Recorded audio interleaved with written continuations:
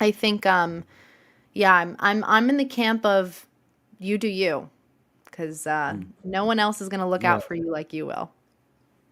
That's true. That's true. And ultimately, do you want all the responsibility? Because if you're the manager, when things go wrong, and obviously sport is the obvious example, but sport and business aren't really the same. But if the area, your area of responsibility is not performing in the business, then it lies with you. And it could be that it wasn't the right role for you to be put in, but you had little option but to take it, and you're the one that loses out. Right. And at the same time, like, you could choose to lean out and you could also choose to lean in and you could try Yeah. it. And if you're someone, I mean, I personally have always leaned more towards being a manager. Like I've been a manager a few times in my career. Surprisingly, I'm so young, but apparently I've done that. So I've done that, and I truly, like, I had no training or whatever. I was kind of just thrown into it, and I loved it. Like I totally loved it, and I love talking to people, and I am so curious about what people's career paths are and what their aspirations are, that it really fit me.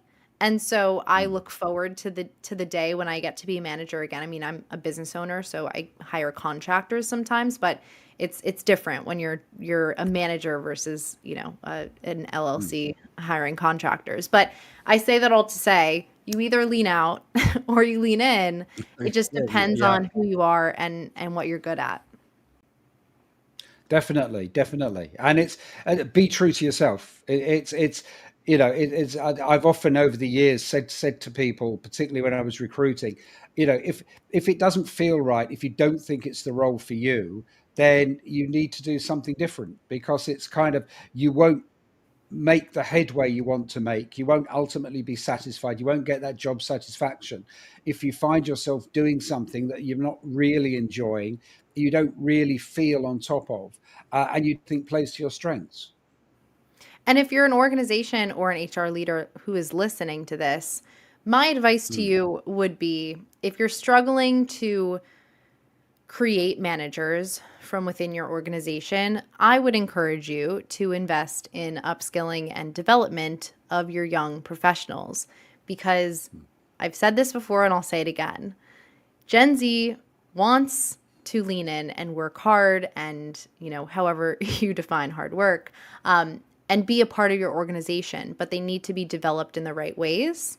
And if you're able to unlock their potential, then it will pay off in the end. They'll feel like they want to give back to your organization and invest in the organization long term, rather than just take their skills and bounce.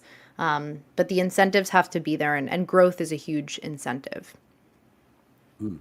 Yeah, no, definitely, definitely.